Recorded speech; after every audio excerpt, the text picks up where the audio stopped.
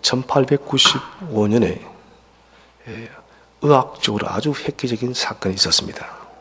렌트겐이라는 사람이 불투명체, 안을 볼 수 없는 불투명 물체를 뒤다볼 수 있는 빛을 발견했어요. 그 빛이 바로 우리가 잘 아는 엑스레이 광선입니다. 엑스레이 광선의 발견은 보이지 않는 사람의 인체 내부를 들여다볼 수 있었기 때문에 이것은 의료계에 아주 획기적인 일이었습니다. 뼈가 어떻게 부서졌는지, 또 사람의 안은 어떻게 생겼는지 이것이 발전되어서 CT나 MRI, 요즘에는 PET라는 아주 첨단 기술까지 있습니다. 이 모든 것이 출발이 렌트겐의 엑스레이 광선이에요. 엑스레이 광선이, 이 렌트겐의 광선이 아무리 밝아도 찾을 수 없는 것은 사람의 죄입니다. 이 죄의 문제는 아무리 빛을 비춰도 빛이 환해도 어떻게 촬영해도 죄는 촬영되지 않는 것이에요. 사람의 죄를 발견하고 이 죄를 해결하기 위해서는 오직 예수님의 생명의 빛이 찾아와야 됩니다.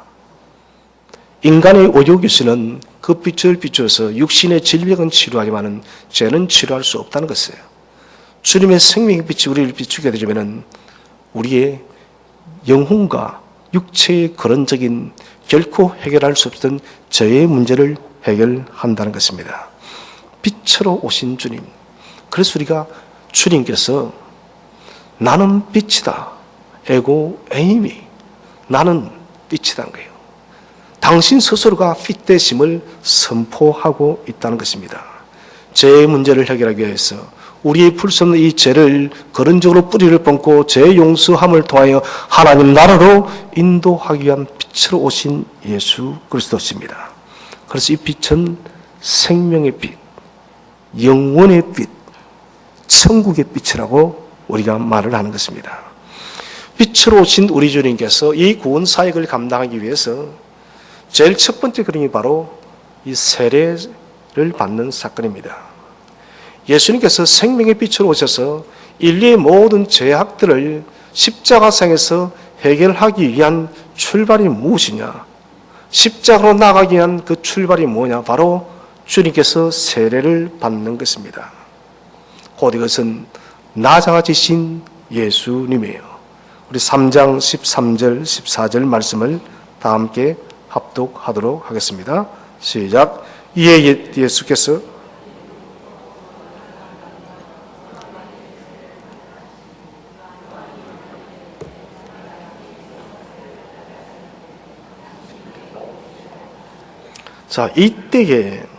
이때에 주님께서 세례를 받으시려고 하던 이때가 대체 언제인가?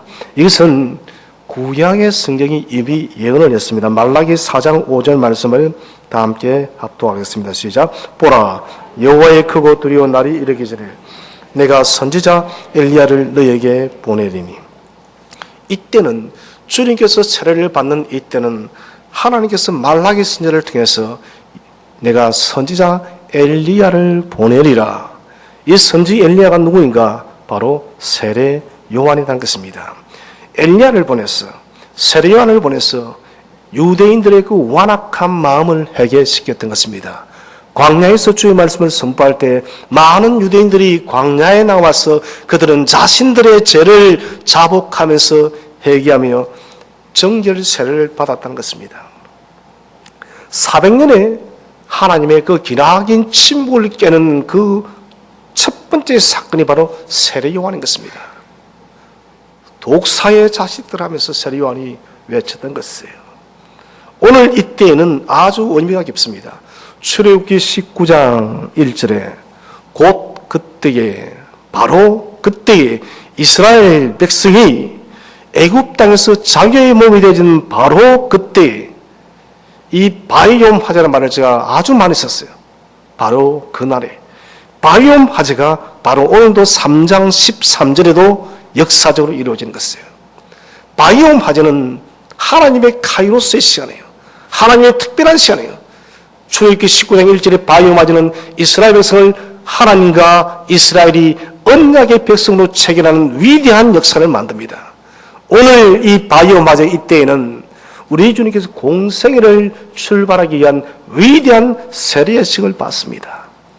또 이 바이오 마제는 주님께서 잡히시던 6월절 그 어린 양의 밤이 바로 바이오 마제예요. 그래서 바로 그날 그때에는 우리가 단순한 시간으로 이해서는 안 되고 하나님의 특별한 계시의 시간이 임하는 하나님의 카이로스입니다. 이런 마찬가지예요. 우리에게, 저와 여러분에게 하나님의 시간이 임하기를 기도하시기 바랍니다. 하나님의 시간이 우리에게 임하게 될 때 하나님의 역사가 일어나는 것이에요. 많은 분들이 왜 하나님께서는 내 기도를 응답하지 않습니까? 이를 응답하지 않는 것입니다. 않는 것이 아닙니다. 하나님의 시간을 우리가 알지 못하는 것이에요. 기억하실 것이에요. 유대인들이 6월절 때는 예수님을 죽이지 않기를 원합니다. 명절 때 괜히 잡아서 분란이 일어나 소란이 일어날지 모르니 명절이 지나가고 하자입니다. 그런데 하나님은 그렇게 하지 않습니다. 출애굽기 때에 그 6월절 어린 양이 잡히던 바로 그날 그때에 주님이 죽으셔야 되는 거예요. 이것은 하나님의 위대한 바로 그 시간입니다. 그래서 우리가 삶 속에 여러분, 또 우리 교회 속에 하나님의 크신 기적을 우리가 경험하기 위해서는 하나님의 시간이 임하기를 기도해야 됩니다. 하나님이여, 당신의 카이로스, 당신의 시간이 내게 임해 주세요. 하나님, 당신의 시간이 우리 가정에 임해 주세요. 하나님, 당신의 시간이 우리 교회에 임하여 주옵소서. 여러분, 하나님의 시간이 임하게 되어지면은 우리의 여러분 강구하였던 그 많은 기도의 문제들이 여러분 한꺼번에 열리게 되어진다는 것입니다. 그 하이라이트가 바로 십자가상의 예수 그리스도신 겁니다. 주님께서는 엘리야를 보내서 먼저 주님의 그 길을 준비하게 했다는 것입니다. 자, 우리 예수님께서 오늘도 보니까 13절 말씀에 예수께서 갈릴리로부터 요단강에 이르러, 마가복음 1장 9절은 갈릴리 나사렛으로부터 와서, 여러분 이 갈릴리란 말은 예수님은 대체 누구신가? 이것을 말하고 있는 것이에요. 예수님은 우리가 알다시피 인류의 구원자입니다. 그런데 갈릴리라는 이 단어 속에서, 이 지명의 이름 속에서 우리는 예수님의 정체성을 봅니다. 예수님은 겸손자로 온 것이에요. 갈릴리는 멸시받던 동네입니다. 제가 땅의 사람들, 아마 에레츠였습니다. 아마는 땅이고 에레츠는 사람들입니다. 땅입니다. 아마는 사람들이고 에레츠는 땅이에요. 땅의 사람들, 말 그대로 밑바닥을 걷고 있는 사람들이에요. 상류계층의 사람들이라 정말 여러분 힘들게 바둥거리면서 살아가는 것이에요. 갈릴리 지역은 버림받은 지역이었습니다. 아수르의 침략을 통해서 북이스라엘이 먼저 함락되어졌습니다. 아수르는 혼혈 정책을 펼쳤기 때문에 그 나라의 아수르의 남자들을 이스라엘에 데려와서 이스라엘과 함께 결혼하게 해서 혼혈 민족을 만들었던 것입니다. 그래서 남유다 사람들은 북쪽 사람들을 멸시했던 것입니다. 더더구나 90%의 사람들이 하루 벌어서 하루 먹고 살기도 힘들었다는 것입니다. 그렇다면 우리가 경제적으로 그 갈릴리란 그 지역이 얼마나 낙후되어진지 알 수가 있고, 또 민족적으로도 그들은 이스라엘의 동일한 피를 가졌지만 남쪽 사람들의 철저하게 무시받는 사람이었습니다. 글을 읽을 줄 아는 사람들은 4%에 지나지를 않았습니다. 96%의 사람들이 글을 읽을 줄을 몰랐던 것입니다. 그래서 성경은 이 갈릴리를 이방의 갈릴리라고 말을 하고 있어요. 이사야 9장 1절 말씀을 우리 한번 다 함께 합독하겠습니다. 시작. 전에 고통받던 자들에게는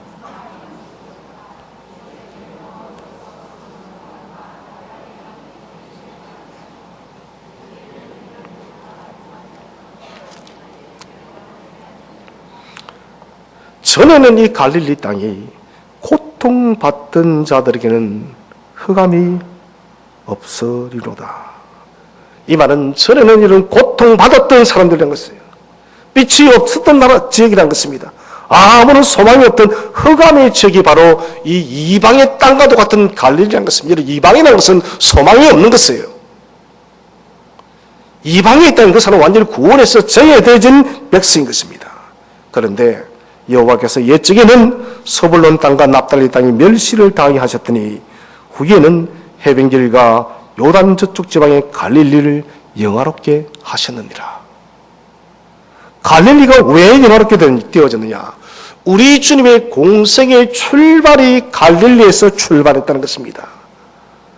유대의 모든 사람들이, 남유다 사람들이 멸시하는 그 갈릴리에서 영원한 인류의 구원자 참된 메시아가 갈릴리의 그 아픔을 안고 출발했기 때문에 갈릴리의 모든 상처가 치료되어진 것입니다. 사랑하는 성도 여러분, 우리의 삶이 여러분 사람들에게 손가락질을 받는 삶인지도 모르겠습니다. 저 인생 왜 저럴까? 왜 저렇게 비루할까? 왜 예수님을 위해서도 저렇게 살아갈까라고 여러분 우리에게 조소의 눈길을 보낼 수도 있습니다.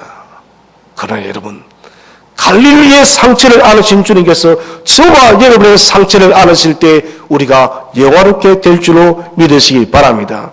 세상 사람들은 세상적으로 많이 가지면은 부유하면은 모든 것이 다 된 줄 압니다. 저도 요즘에 참 마음이 그런 얘기를 들을 때마다 안타까워요. 모든 것이 돈의 척도입니다. 돈만 많이 뭔가에 주면은 그 사람은 높아진대요. 그 사람의 인생이, 그 사람의 삶이 대체 무엇이든 상관없습니다. 엉망진창으로 살아도 돈만 많으면 그 사람 마치 여러분 신처럼 대접을 받아요. 아무리 덕망자라 할지라도 물질이 없으면 그 사람은 인격까지도 무시를 받는 시대에 살고 있습니다. 여러분, 돈으로는 그러나 그렇게 외향적으로는 보여도 우리의 삶을 영화롭게는 할 수 없습니다. 돈으로 사람의 영적 상처까지 치유할 수 없는 것이에요. 주님께서 당신의 공생애를 갈릴리라는 상징적인 버림받은 도시에서 출발함을 통해서 땅의 사람들과 함께 겸손에 줄어서 출발함을 통해서 갈릴리가 영광이 되어진 것입니다. 이것은 여러분 우리가 십자가 메어 달리신 주님께서 십자가에 내어 달리기 전까지 우리가 여러분 있었던 그 상태를 기억하는 것입니다. 우리는 이방의 사람들이었습니다. 손가락질 받는 것은 이방의 사람들인데 주님께서 우리를 안아주심을 통해서 주님께서 우리를 거룩한 제사장으로 삼아주심을 통해서 우리가 영광스럽게 되어진 것이에요. 사람의 영광은 사람의 여러분 참된 영적 회복은 삶의 회복은 예수께서 만져 줘야 됩니다. 주님께서 갈릴리에 오신 것은 이제는 어둠을 거쳐낸 것입니다. 아무런 희망이 없던 그 도시에 새로운 생명과 소망을 불어 넣었다는 것입니다. 마가는 또 마태는 우리 주님께서 이런 낮은 곳에서 갈릴리에서 주님께서 사역이 출발함을 통해 보여줌을 통해서 기독교가 대체 뭐냐는 겁니다. 교회가 대체 뭐냐는 것이에요. 지난 주간에 서울의 한 대형교회에 단임 목사직이 불법이라는 대법원의 판결이 나왔어요. 그와 더불어서 여러 가지 또 복합적인 문제들이 대형교회의 사건들이 터졌는데 기사 속에 이런 글을 봤습니다. 이렇게 화려하고 호텔보다도 더 웅장해 보이는 이런 교회에 대체 헐벗은 사람이 들어갈 수 있겠나 하는 거예요. 왠지 저도 그 교회를 가봤습니다. 정장을 나자면 들어가기가 어색해 보이더라고요. 잠바 바람으로 들어가기는 좀 불편해 보이더라고요. 이렇게 남루하게 들어가다가 경비를 보는 분에게 쫓겨나지는 않을까? 유럽 교회를 탐방하면서 100년이 넘게 건축을 했던 교회를 봤어요. 엄청났습니다. 그와 동시에 떨어진 것은 이런 교회에 아무나 들어갈 수 있을까? 그런 걱정이 들어지는 거예요. 여러분, 주님께서는 낮은 곳에서 사역을 하셨습니다. 가장 낮은 곳에서 버리고 비우고 내리고 사역을 출발한 것입니다. 우리 sem터교회가 이름 나갈 길도 바로 여기에 있는 것입니다. 낮아지는 교회. 누구든지 품을 수 있는 교회. 주님께서 갈릴리의 상처를 안았듯이 땅의 사람들의 아픔을 품을 수 있는 그런 겸손의 교회가 되기를 주의 이름으로 축원드립니다. 이게 우리가 품어야 될 교회인 것입니다. 요즘에는 손수건을 보기가 쉽지는 않은 것 같아요. 손수건의 용도는 어떻게 쓰느냐에 따라서 아주 달라집니다. 내 손수건에 의해서 내 것을 꺼내서 내 입을 닦거나 코를 닦으면 그것은 내 것에 지나지 않습니다. 그런데 그 손수건 한 장을 알 수 없는 일이지만은 눈물을 흘리고 있는 다른 사람에게 여러분 눈물을 닦을 때는 그 손수건은 가치가 완전히 달라지는 것입니다. 여러분 교회가 그런 것입니다. 교회가 손수건에 비유하자면 우리는 여러분 우리의 입을 닦고 우리의 콧물을 닦고 우리의 눈물을 닦는 손수건의 교회가 아니라 다른 사람을 닦을 수 있는 그런 교회가 되어져야 된다는 것입니다. 성도의 삶은 아픔과 고통과 알 수 없는 영적인 시름 속에 있는 이웃들을 찾아가고 그들을 품어주는 것이 여러분 교회의 정신이에요. 그것이 교회의 복음입니다. 이제 우리 예수님께서 세례를 받으러 나왔어요. 예수님 당시에 어떤 한 개인에게 있어서 아주 명예로운 일, 영광스러운 일, 자랑스러운 일을 보여주기 위해서는 우기가 아닌 건기 때에 반드시 그 일을 행했습니다. 우기 때는 비가 오니까 사람들이 오지 않는 것입니다. 건기 때가 되어야만 사람들이 볼 수가 있으니까요. 오늘 우리 예수님께서도 이 공생애의 세례를 받을 때 우기가 아닌 건기 때에 이 중요한 일을 드러냈어요. 그런데 주님께서 건기 때에 이 일을 행한 것은 자랑하기 위해서가 아닙니다. 보라는 것입니다. 메시아가 참된 메시아가 이곳에 오셔서 삼위 하나님의 이름으로 공생애의 세례를 받는 것을 보여주기 위해서 보여줌을 통해서 믿게끔 하기 위해서 건기 때의 세례를 받는 것입니다. 예수님은 자신의 명예를 위해서가 아닙니다. 저와 여러분의 믿음을 위해서 그랬다는 것입니다. 요한복음 1장 31절 요한복음 1장 31절을 우리 한번 다 함께 찾아서 합독하도록 하겠습니다.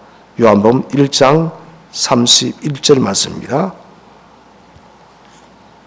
다 함께 읽겠습니다. 시작. 나도 그를 알지 못하였으나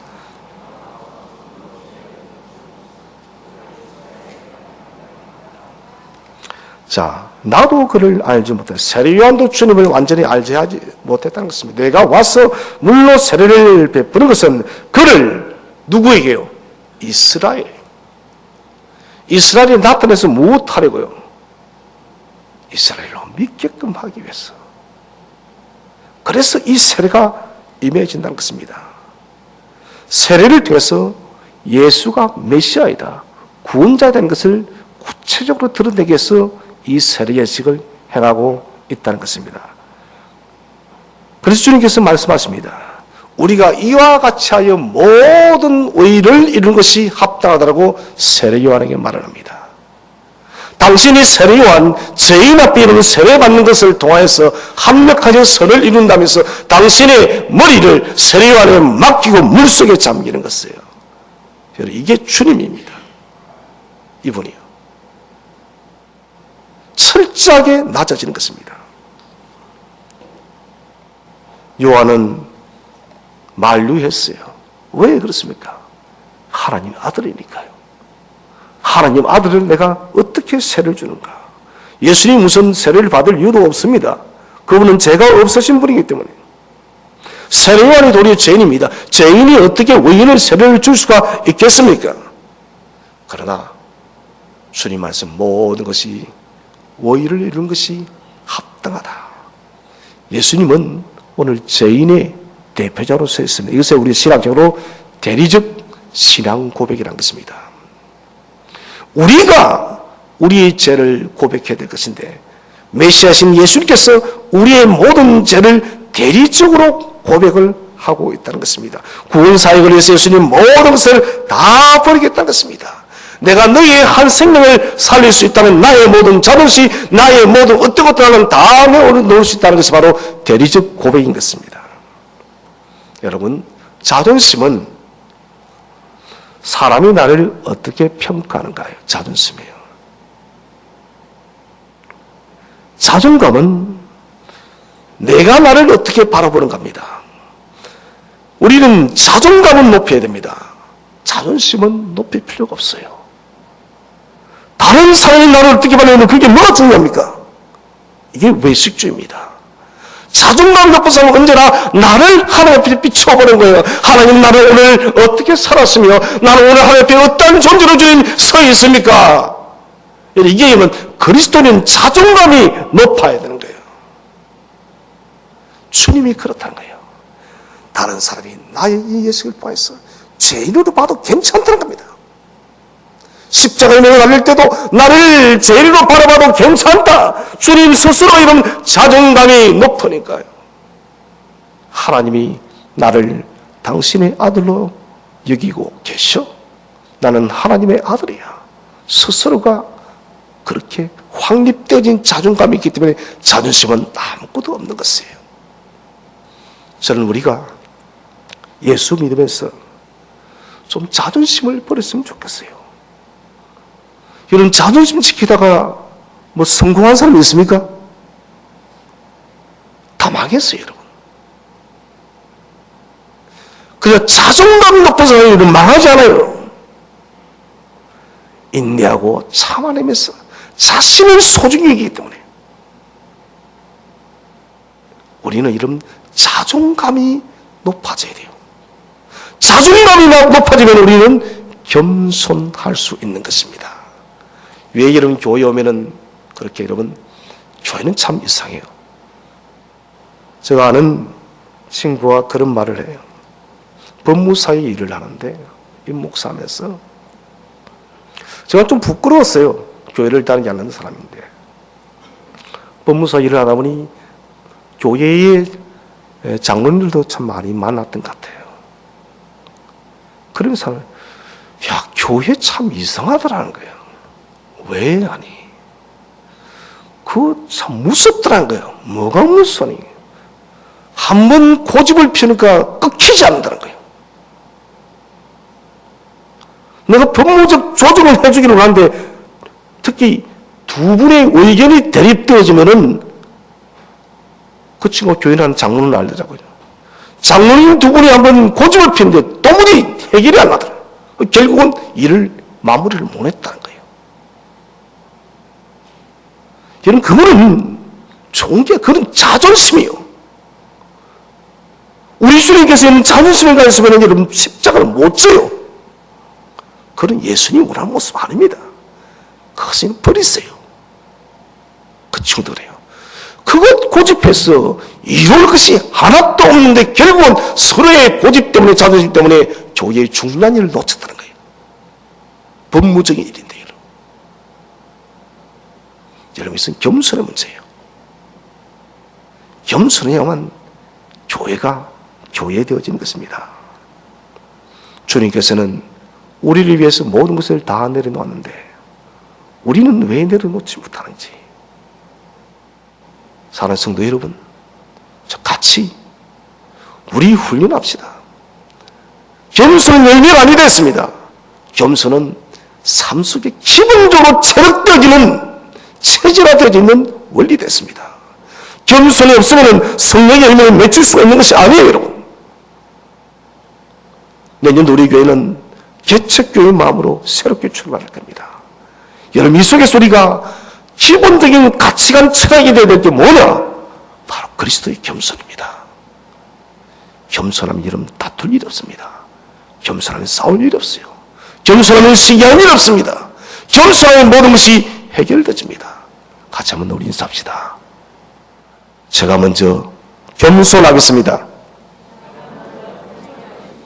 한 번 더 합시다. 제가 먼저 겸손하겠습니다. 아멘 있습니까?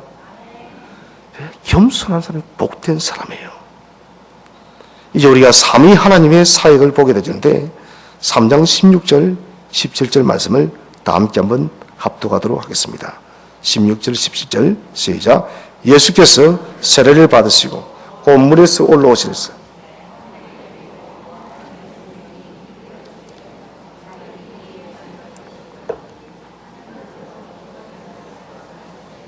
이는 내 사랑하는 아들이요 내 기뻐하는 자라 하시니라.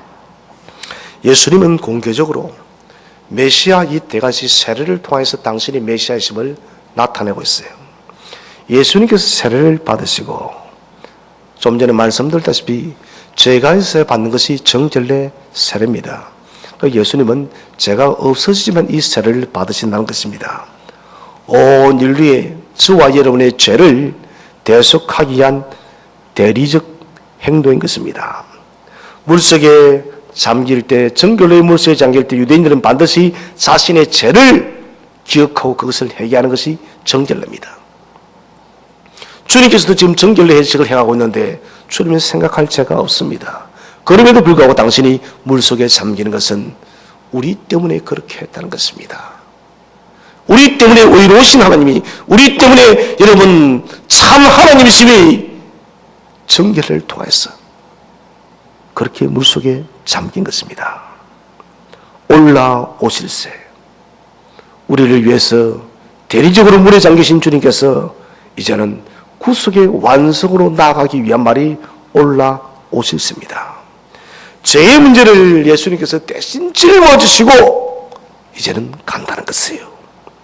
이것은 출애굽기 20장에 내가 너희를 인도하여 낸 여호와라. 인도하라는 것은 피가 흐르는 동사예요. 이스라엘을 애굽 땅에서 인도하기 위해서 유월절을 향해 피를 흘린 거예요. 예수님의 피예요. 롯이 모든 것을 잃어버렸는데 보아스를 통해서 기업을 다시 회복합니다. 대가를 보아스가 지불한 거예요. 고예를 저들었습니다.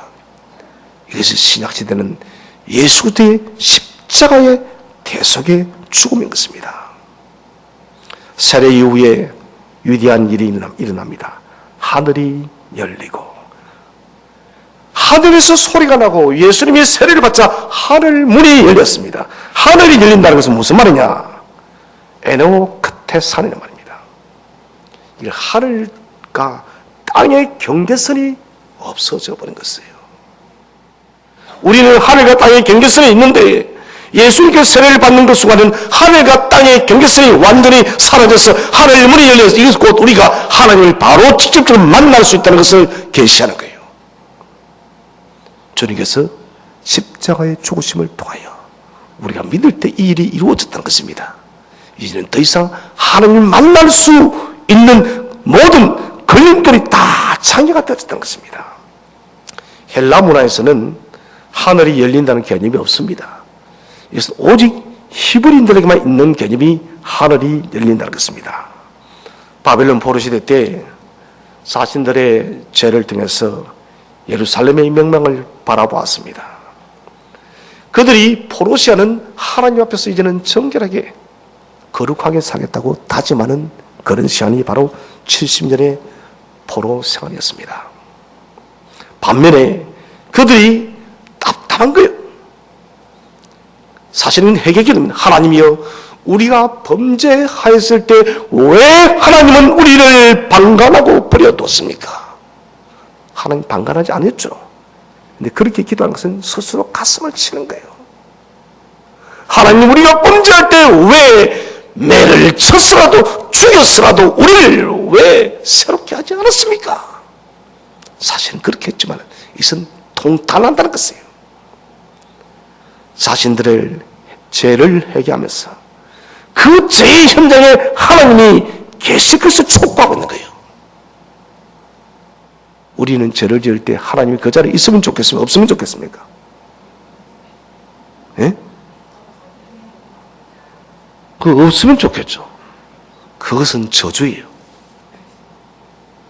하나님께서 있어야 돼요. 하나님이 있어야 여러분 그 죄의 스톱이 걸린 거예요. 이 기도 그 기도. 하나님 우리가 범죄할 때 하나님은 어디에 계셨습니까? 이 유대인들이 이런 포로시대의 기도 제목입니다.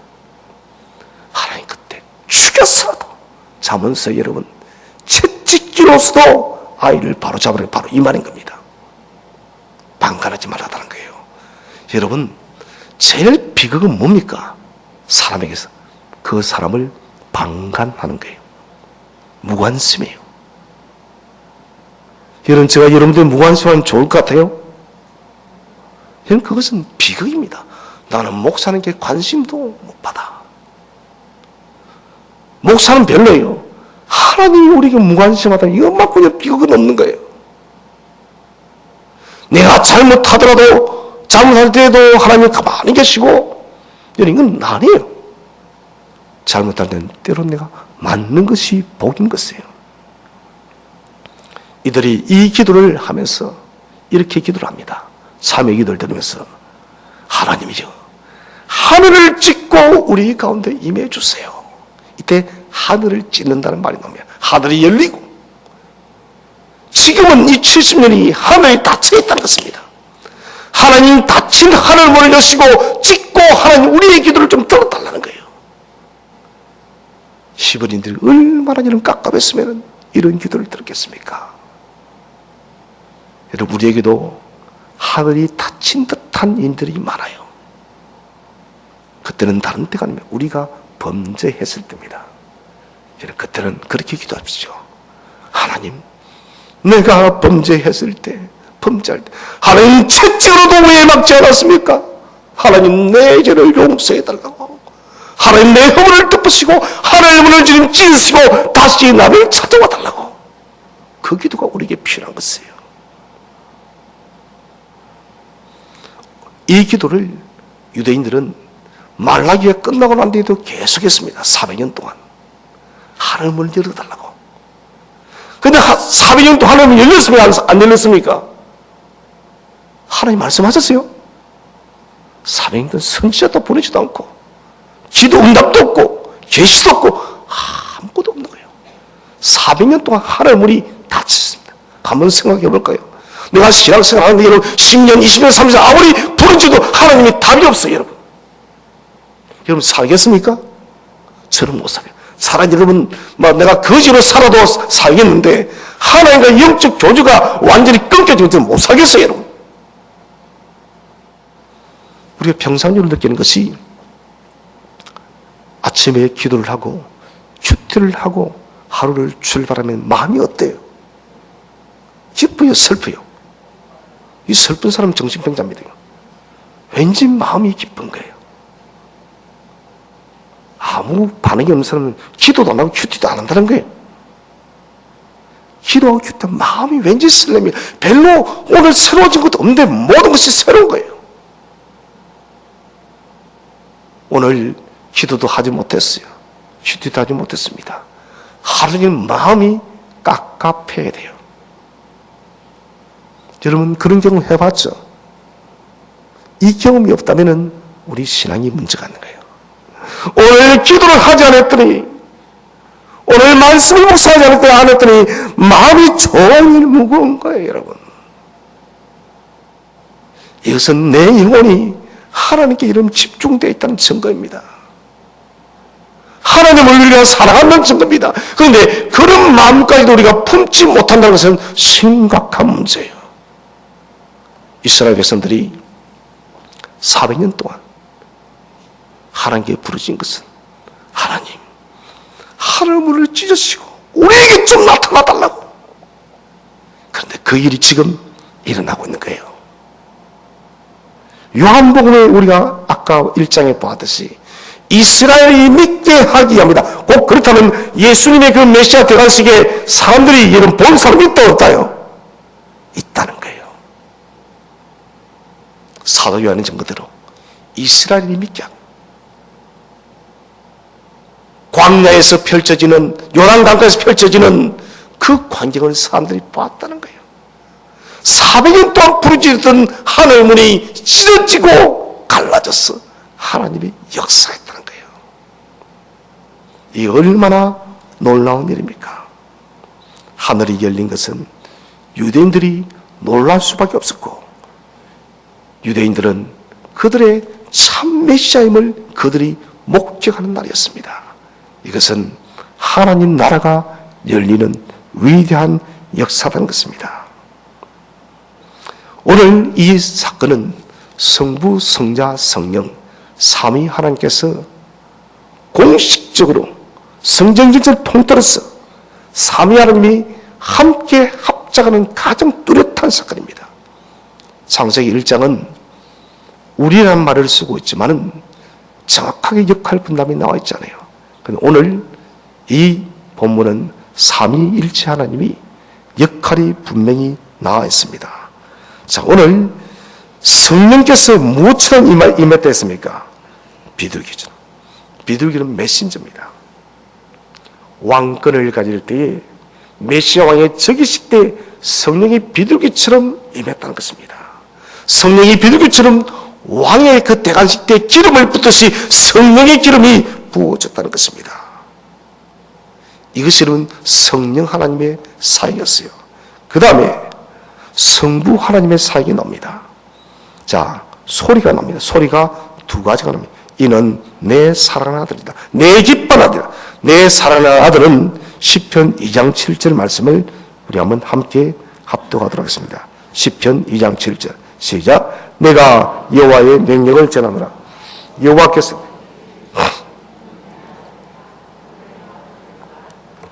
시편 2장은 이스라엘 왕이 즉위식을 할 때, 대관식을 할 때 읽었던 시편입니다. 그래서 로얄 쌈이라고, 로얄 쌈. 왕의 심이다, 왕의 심. 이는 내 사랑아들이다. 오늘 성부께서 성자를 하나님의 아들이라고 공적으로 선포하는 겁니다. 너는 메시아다. 너는 만왕의 왕이다. 너는 창조주라는 것을 성부께서 입증하고 있는 거예요. 왕으로 오신 예수를 말하는 거예요. 그 다음에 내 기뻐하는 자다. 이것은 이사야 42장 1절 말씀입니다. 함께 한번 읽어보겠습니다. 시작. 내가 붙드는 나의 종, 내 마음에 기뻐하는 자, 곧 내가 택한 사람을 보라. 나의 영을 그에게 주었은즉 그가 이방의 정의를 베풀리라. 이것은 종으로 오신 예수를 말하고 있습니다. 종의 메시지. 예수님께서 십자가 사역을 감당해야 되는 종이라는 것입니다. 내 사랑하는 아들은 왕이라는 것이고, 내 기뻐하는 자는, 왜 기뻐하는 자가 종이냐? 그렇게 왕으로서 왔지만 내 기쁨대로 종의 십자가를 짊어지고 갔기 때문에 성부 하나님 마음을 만족해 하기 때문에 종으로서 신 예수를 보면서 내 기뻐하는 아들이라고 하나님은 말씀을 하고 있습니다. 사역은 왕으로 하시고 삶은 종으로서 섬겼다는 것입니다. 성령께서는 비둘기처럼 기름을 부으시고 성부께서는 내 사랑하는 아들이요 내 기뻐하는 자다. 그리고 성자는 세례를 받는 거예요. 삼위일체 하나님이 성경 66권에서 제일 처음으로 공동 사역하는 것이 역할 분담이 정확하게 나타나는 것이 바로 오늘 메시아 대관식인 것입니다. 왕으로 오셨지만은 종으로 사신 예수님, 이것은 성도의 삶이 되어야 됩니다. 우리를 왕과 같은 제사장이 됐습니다. 우리는 여러분 왕의 후손들이요. 그러나 우리는 종의 삶을 살아야 됩니다. 종으로 살면 여러분 싸움이 없어요. 종으로 살면 순종만 있습니다. 종으로 살면 여러분 교만이 없습니다. 종으로 살면 겸손만 있는 것입니다. 우리가 내년에 개척교회의 마음으로 나갈 때는 겸손한 사람은 여러분 종이 되어야 됩니다. 같이 한번 더 인사합시다. 종으로 살아갑시다. 종으로 살아갑시다. 종이 안 되면 안 되는 것입니다. 우리가 집중할 것은 역할만 봐야 돼요. 내가 어떤 역할을 할 것인가? 높은 자리가 아니라 역할만 집중하면 되는 것입니다. 예수님의 세례는 십자가의 길을 예표하는 종의 길이었습니다. 이 대관식은 영광의 대관식인 동시에 멸시의 대관식입니다. 사람들은 명예와 높은 자리를 꿈꾸지만 우리 주님은 철저하게 겸손과 낮아짐의 길을 걸어가셨습니다. 모래는 공사 현장에 가장 많이 쓰인댔습니다. 그것은 다 부서졌기 때문에요. 더 이상 작아질 수 없기 때문에. 그래서 어떤 공사 현장이든 모래는 다 들어가는 것이에요. 사랑하는 성도 여러분, 왕의 면류관을 벗어버리고 종으로서 살아가신 주님을 우리가 본받아서 우리 샘터교의 모든 성도님들도 겸손의 종 예수 그리스도를 닮아서 겸손의 삶을 살아, 종의 삶을 살아 다른 성도를, 많은 사람을 섬기는 성비의 사람으로 살아가기를 주의 이름으로 축원드립니다.